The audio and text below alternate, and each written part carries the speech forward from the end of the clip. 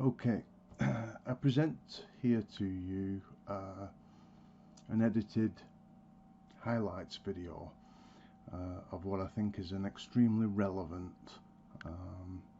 contribution to the Michael Sandel series on justice.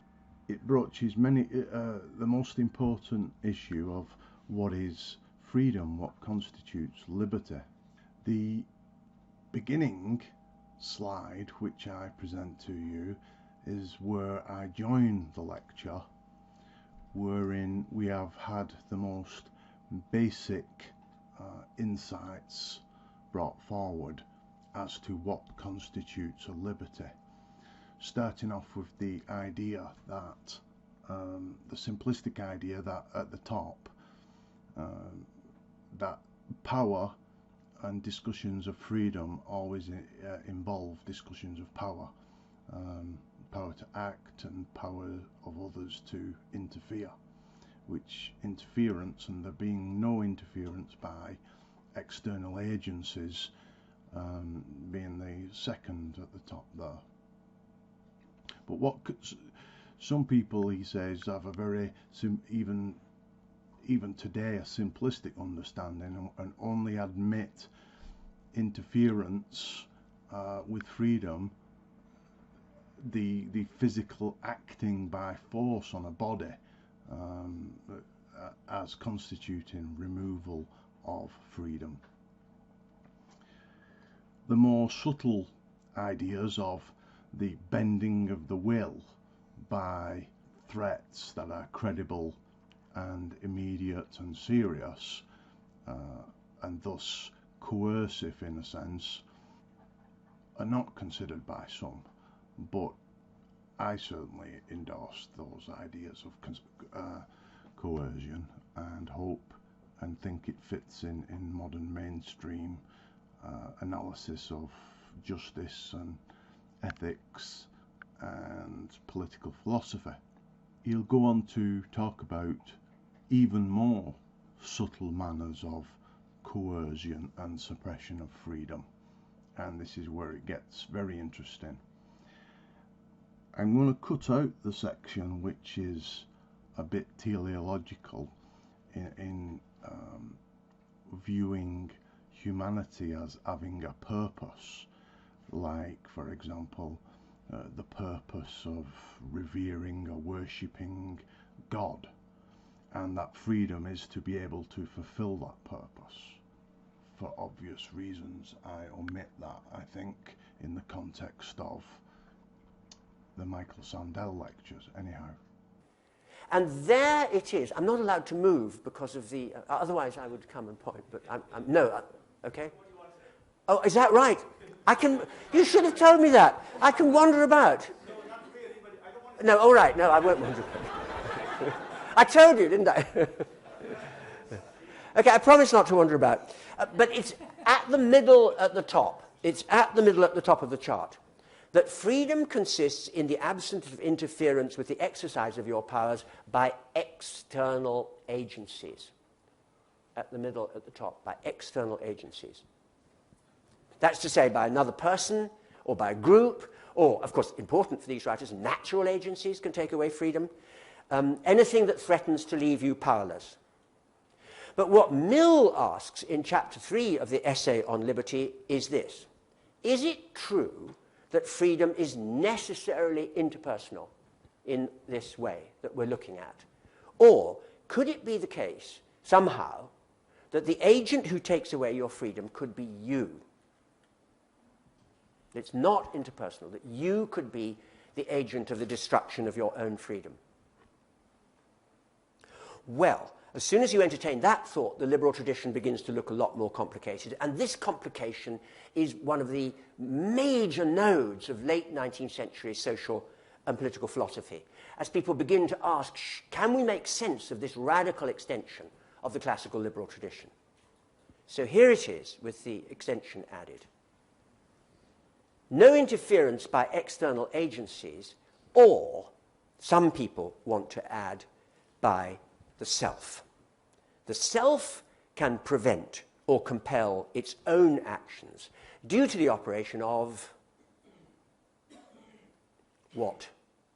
I mean, how are we going to start to fill this out? That's the analytical challenge that we now face. Well, here we are beginning to wade into extremely deep philosophical waters about the notion of the self, and is it a divided notion in the way that this is presupposing.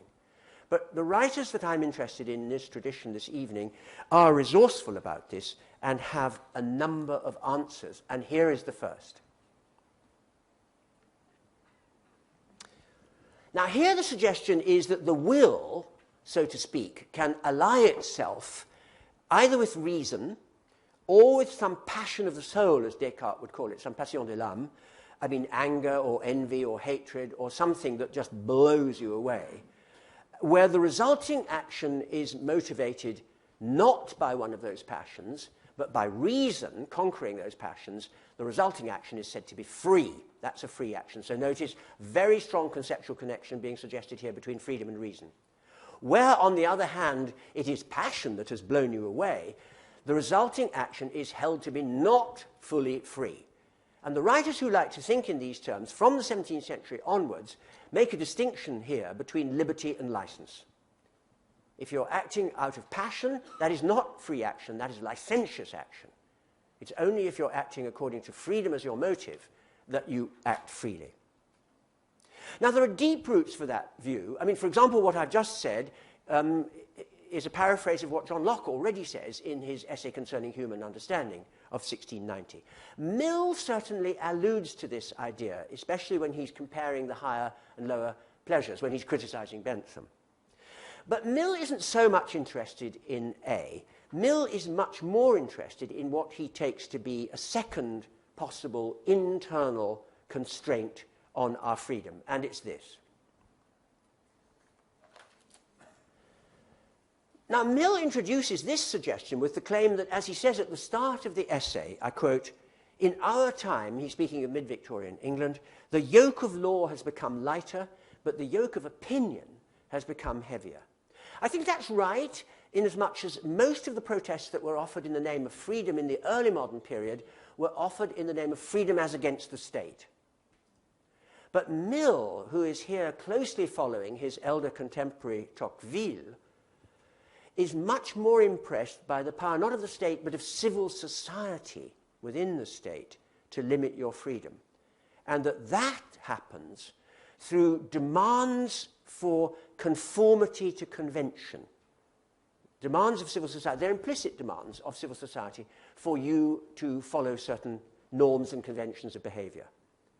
And Mill thinks that where that demand is very strong, as he thought it was in 19th century Britain, then the effect will be to cause you inauthentically to internalize those social norms until you follow them in preference to your authentic desires. And he's very concerned about this point. I quote chapter 3, it's a beautiful epigrammatic passage of the Essay on Liberty. "The people of England think themselves free, but they choose what is customary in preference to their inclination, until it does not occur to them to have any inclination except for what is customary."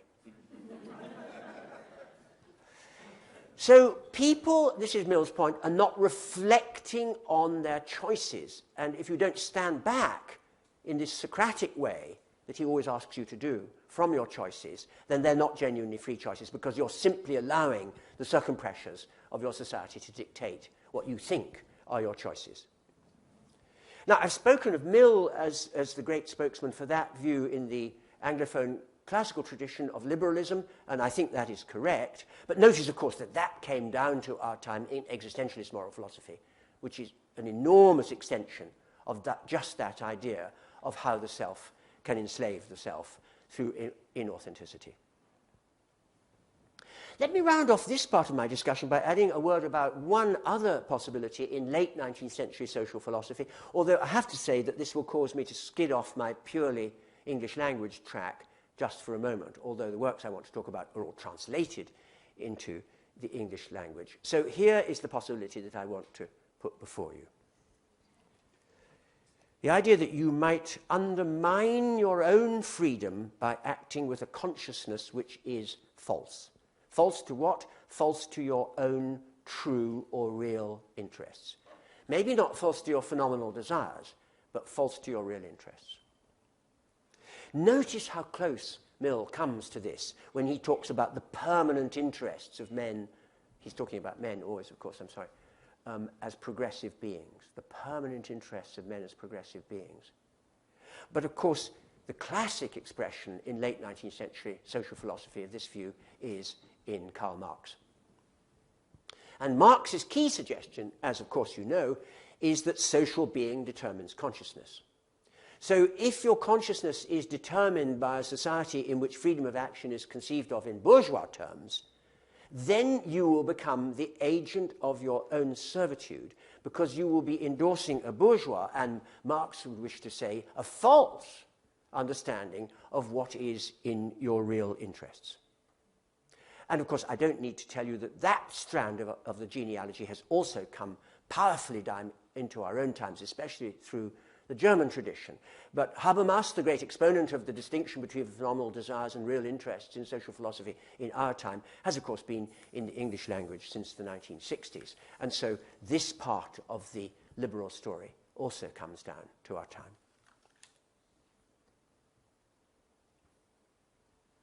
That's the most important thing.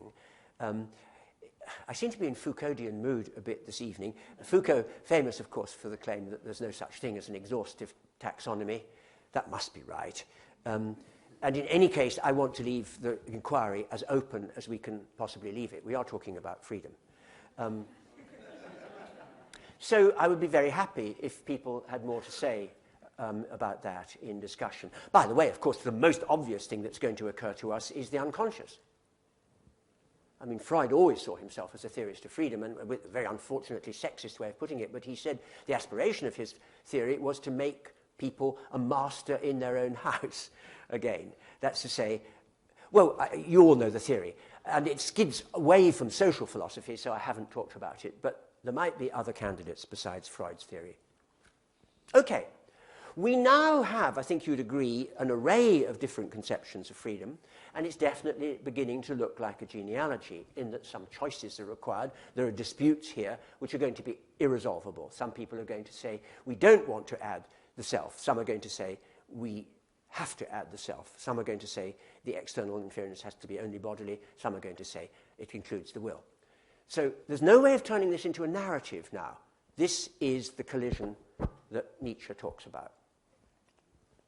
However, we should notice that all of what you're looking at have one basic element in common as they explicate freedom.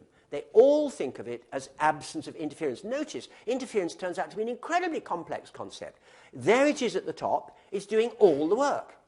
It's all about what it means for there to be interference. Intrusions of various kinds. They may well up from you. They may be circumpressures of your society. They may come from the state. They're all intrusions. They're all interferences. But towards the very end of the 19th century, which is where my genealogy has now reached, a number of Anglophone political philosophers begin to argue that what you're looking at is radically incomplete. And these are the people who are drawing on the philosophy of Hegel, who had argued, as of course we all know, that to think of liberty like this, as Hegel says in a wonderful passage in The Philosophy of Right, only the English could be so crude. I mean, this is freedom? You haven't even started. This is the negative moment of a dialectic. Freedom is a dialectical moment. You're free from something, but you're also free to do something.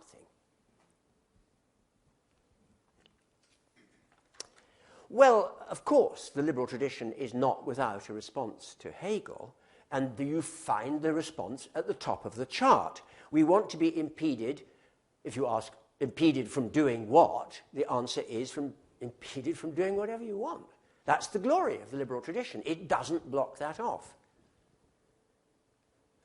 You could say, therefore, that there's always a kind of positive element in the notion of freedom, because you can always ask why you want to be free from impediments. I mean, what is this freedom for? Why is it a value for you?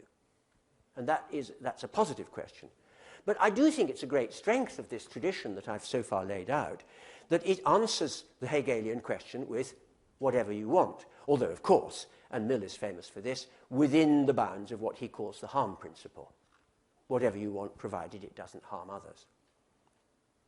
But I need at this stage to notice a very different answer that rose to prominence in English language political philosophy at the very end of the 19th century. And according to the view of things that I now want to say a word about, we want to be free, not in order merely to act at will, so that it's a kind of blank space, but rather in order to act in such a way, and here's the Hegelian thought, in such a way as to realize the essence of your nature. That is freedom.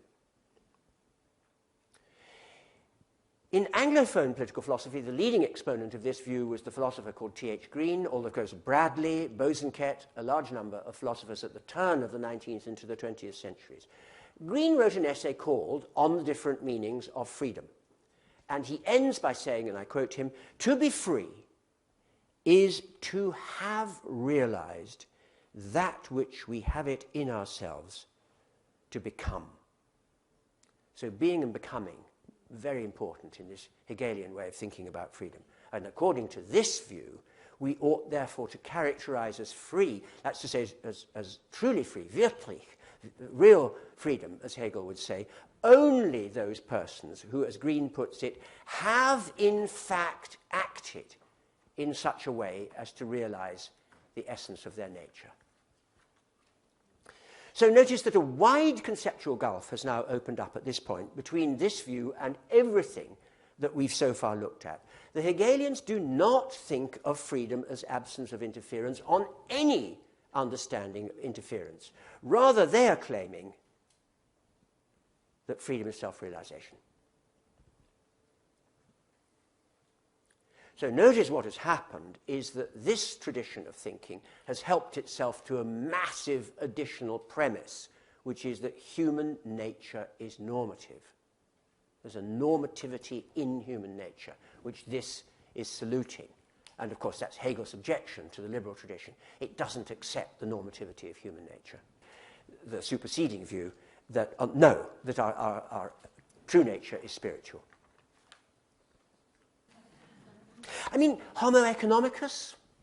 Well, maybe we can talk about that. I want to pause at this juncture because I think it would be quite generally agreed, and you'd have to be a quite wide-minded contemporary analytical philosopher in political theory to think that we need to incorporate so much. I mean, what is currently the latest and therefore in bold would be unhesitatingly crossed out by a lot of the people I've talked about down the left-hand side. But that this, somewhere here, we've now got the genealogy. If you think that, then I think you're missing an element in the genealogy which has indeed been largely successfully effaced by the ideological triumph of classical liberalism, but which needs crucially, I think, to be added to the picture. And my desire to add something to the picture which is not there, we've left Isaiah Berlin very far behind, haven't we? My desire to add something to the picture which is not there is really my excuse for standing before you this evening, and it's with this further force that I want to end. I can best begin by suggesting that we can see what's missing by making a point about Hobbes's argument that commentators on Hobbes's philosophy never seem to point out, which is that when he gives you this story, which I've put all the way down the left-hand side, this is extremely polemical. I mean, it begins a story which has become our story, so we're prone not to see that this is a fiercely polemical thing that he's doing in talking about freedom. He is trying to discredit a completely different way of thinking about freedom. And look how successful it was.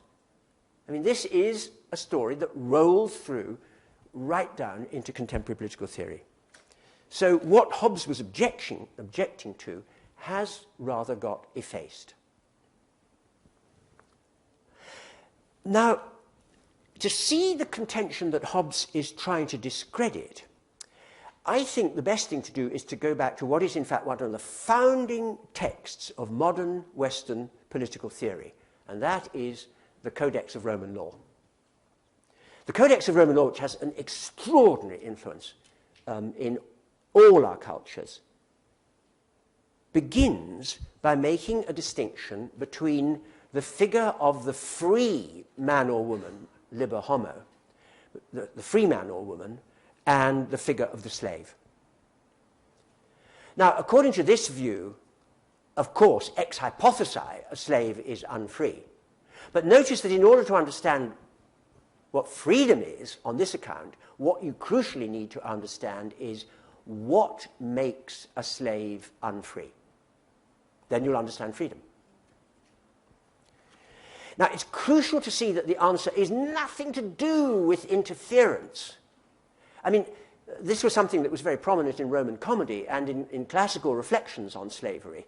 Plautus has slave characters in Plautus whose master is either completely benign or is always away. They do whatever they want. This is put on the Roman stage. They're not interfered with in the pursuit of their goals. But they're still slaves. So that's what makes those comedies so uneasy.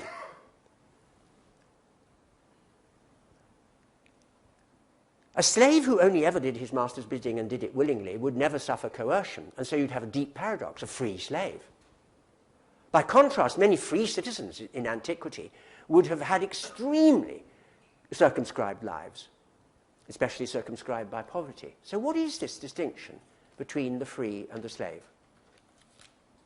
The answer given in the Roman law, and it's extremely influential, is that it's the mere fact of having a master that makes you unfree. The mere fact, that is, of living in a state of dependence on the arbitrary will of somebody else. As the Digest of Roman Law expresses the point, it's the fact of living in potestate, that's to say, within someone's power, and hence at their mercy. That's what takes away freedom. That's what takes away your status as a liber homo. Homo, of course, in Latin meaning man or woman, a free man or woman. So here's the claim. It's nothing to do with non-interference. Its absence of dependence is the core idea of what it is to be free.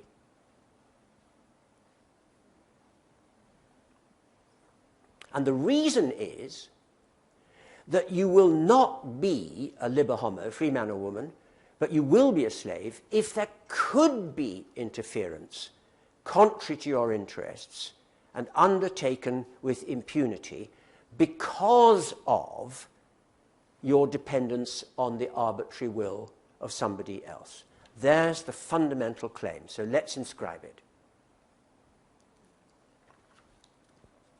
Now notice that there is a continuity here with most liberal accounts of freedom. That's to say, the presence of freedom is still said to be marked by an absence. But it's not absence of interference, it's absence of dependence.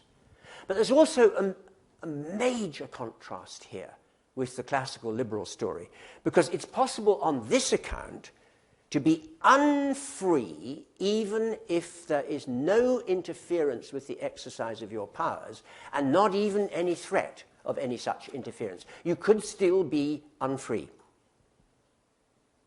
Now that claim looks absurd to some contemporary political theorists. For example, Matthew Kramer in his book, The Quality of Freedom, which by the way is the longest book review I've ever received. Matthew says, how can there be loss of freedom when there is no interference? How can that be? Well, according to the writers I'm here talking about, whom I want to call neo-Roman writers on freedom, it can be the case, and in two related ways. First, there's an epistemological point to be made. If you are wholly dependent on the goodwill of someone else, then you never act according to your own will, which is what freedom requires. Any action you perform will always be the outcome both of your own will and of the silent permission of the person on whose goodwill you depend, who could, with impunity, have stopped you, but chose not to. That's always going to be there, that permission. So all of what look like free actions are actually permissions. So you never act autonomously. So there's the first claim. It's the fact of dependence that takes away freedom of action. You're never autonomous. Second point that the neo-Roman writers make stems from the consideration that it's obvious that you couldn't live subject to the arbitrary will of someone in any domain of your life, let alone if you're a chattel slave in every domain of your life. But you couldn't remain for long ignorant of being in someone's power in any domain of your life without noticing it. I mean, you're quickly going to notice that. But as soon as you notice it, what's going to happen? It's going to generate self-censorship. It cannot fail to generate self-censorship. And there's the second way in which your freedom is going to be undermined. Let me just spell that out. This is really the core claim, I think. I mean, the first claim is very important because it's about how power is silent. You could say classical liberalism is very bad about power being silent. It always wants to see the interference, see the noise. But some power is completely silent. This is what this tradition is more sensitive to, I think. And the way this core claim works is that if you know that your predicament is that you are in somebody's power, you never know what might happen to you. You're in their power. You don't know what could happen. Anything could happen. Maybe nothing will happen, or maybe nothing bad will happen, but anything could happen. So you're going to want to do everything in respect of the person at whose mercy you are living to keep out of trouble. So you cannot fail to self-censor systematically in the hope of keeping out of trouble. You don't know what the trouble is, but you have to mold yourself in such a way that you do your best to keep out of trouble. Summarized by Tacitus in a very unpleasant epigram, but you see what he's saying, as he says there is no chance for a slave, he means a true slave, a chattel slave, not to be slavish. How could you be other than slavish?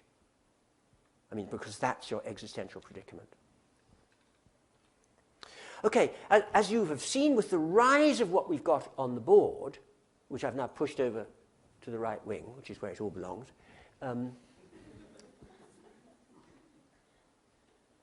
with the rise of this story that I've told you, this mainly gets effaced, but not entirely. There's a kind of rocky descent that we can end this lecture by looking at, because we can ask this question. Look, I'm not talking about chattel slavery. This is the question is very precisely formulated. Who live as slaves in some domain of their life, some domain or other, in which you are in someone's power? If that's true in any domain of your life, then you are living in that domain as a slave. Okay, let's see what the answers that were given to that question were. The main answer given in the 17th century, the answer given by James Harrington to Hobbes in the most important English language 17th century treatise on republicanism, James Harrington's Oceana of 1656, was this. Anyone who lives as the subject of a monarch lives as a slave in certain domains of their life. Because all monarchs, as Harrington says, have prerogatives. But prerogatives are, ex hypothesi, discretionary powers. But to the extent that a monarch has discretionary powers, their subjects depend on that monarch's will. It's arbitrary. But to live in any domain of your life in the state of dependence on someone's arbitrary will is what it is to lack freedom. Now, the next claim we find becomes very important with the emergence of the empires of the Enlightenment period. All who live in colonies under imperial powers live as slaves. So, that is the argument used against the British by the 13 American colonies in 1776. And it's the argument used by such defenders of the American colonists in England as Joseph Priestley, Richard Price, and of course, above all, Thomas Paine. The common core of their argument, it's best known as Paine's argument, is that if you are governed, and especially if you are taxed by a colonial power, and thus have no representation in the legislative that's imposing those taxes, that's to say that in that domain of your life, you are entirely dependent on the goodwill of that representative assembly for the level of taxation that is imposed. But this dependency as the colonists claim in the Declaration of 1776, serves in itself to take away freedom in that domain, because they're entirely at the mercy of the English Parliament as to what level of taxation will be imposed, and so their property is in permanent jeopardy, because they're subject to arbitrary power. So that explains why the Revolutionary Declaration of 1776 was called, and still is called, the Declaration of Independence. Independence from what? Well, from dependence, of course. In declaration of not being dependent on the arbitrary powers that are lodged in the British Constitution. So notice that this country is founded on this view of what it is to be a free person. Now, a further answer comes powerfully to the fore in the revolutionary decades of the 1790s and not before time. All women who lack independent means live as slaves. This is Mary Wollstonecraft's central theme in the pioneering, remarkable text of 1792, The Vindication of the Rights of Women.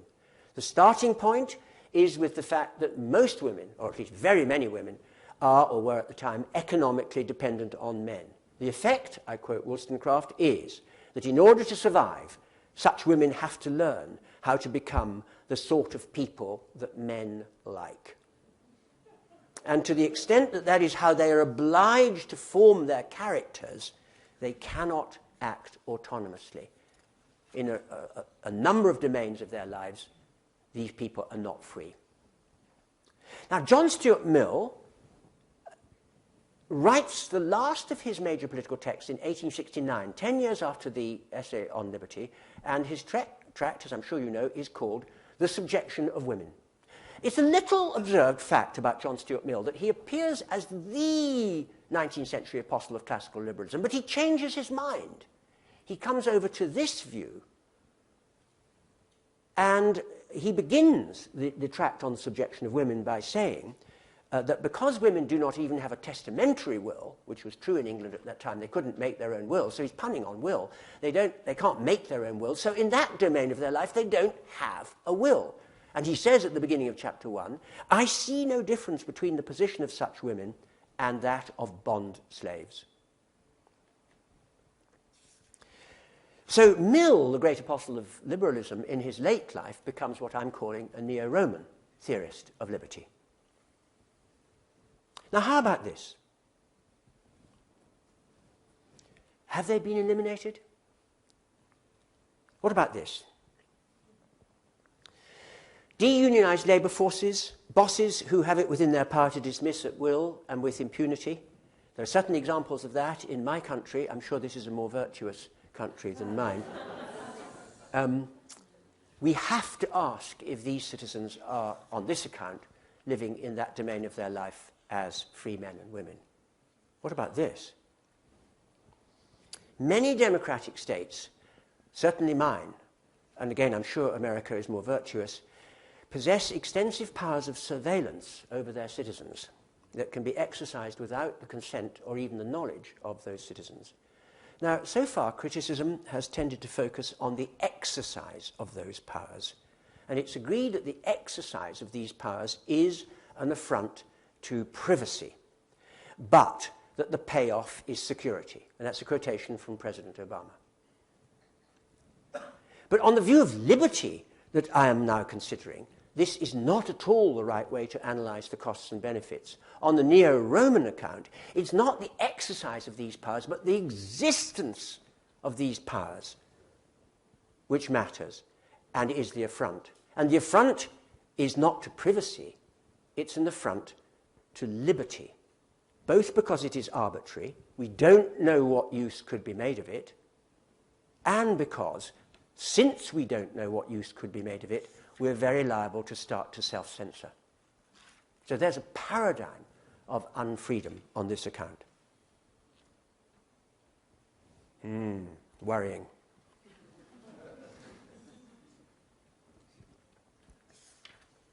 Well, here I draw to a close. In fact, I'm a minute over 7 o'clock, but I've got one. Is that all right? Because I really want this extra minute, because I want to place before you the complete genealogy with all the bits and pieces taken out. That's to say, all the bold which introduced each section, and there it is. And with the whole thing in front of us, the reason I want this final minute is to say, well, what's the point of these remarks? What is the point of genealogy? I want to make 2 points here, in fact. And the first is that genealogy, in the way that I've been laying it out, is always critique. Genealogy is critique. Critique of what? Conceptual analysis.